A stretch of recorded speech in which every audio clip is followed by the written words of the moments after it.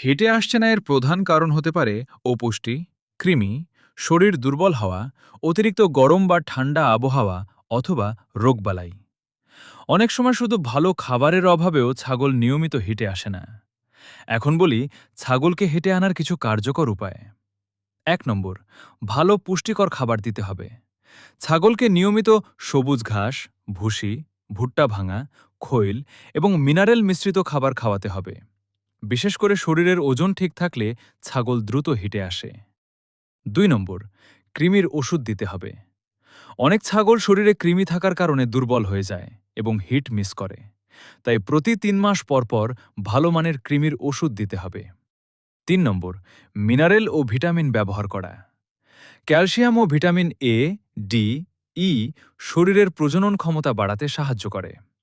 বাজারে অনেক ভালো লিকুইড বা পাউডার মিনারেল পাওয়া যায়। পশু ডাক্তারের পরামর্শ নিয়ে ব্যবহার করতে পারেন। ৪ নম্বর, পুরুষ ছাগলের সংস্পর্শে রাখা। অনেক সময় পাঁঠার গন্ধ পেলে মাদি ছাগল দ্রুত হেঁটে আসে, তাই কিছু সময়ের জন্য সুস্থ পাঁঠার কাছে রাখতে পারেন।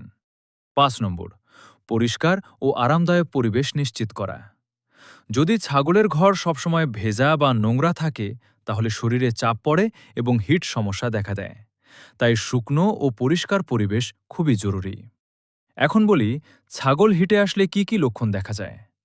ছাগল বারবার ডাকতে পারে, লেজ নাড়াতে থাকে, খাওয়া কমে যায়, অন্য ছাগলের উপর উঠতে চায় এবং যোনি দিয়ে সাদা বা স্বচ্ছ পানি বের হতে পারে।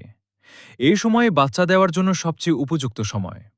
সবশেষে একটা গুরুত্বপূর্ণ কথা, কোনো ইনজেকশন বা হরমোন ব্যবহার করার আগে অবশ্যই অভিজ্ঞ পশু চিকিৎসকের পরামর্শ নেবেন। নিজের ইচ্ছামতো ওষুধ ব্যবহার করলে ছাগলের ক্ষতি হতে পারে। ভিডিওটি ভালো লাগলে অবশ্যই লাইক, ফলো এবং সাবস্ক্রাইব করবেন। আর নতুন নতুন ছাগল পালন ও খামারের তথ্য পেতে আমাদের সাথেই থাকুন।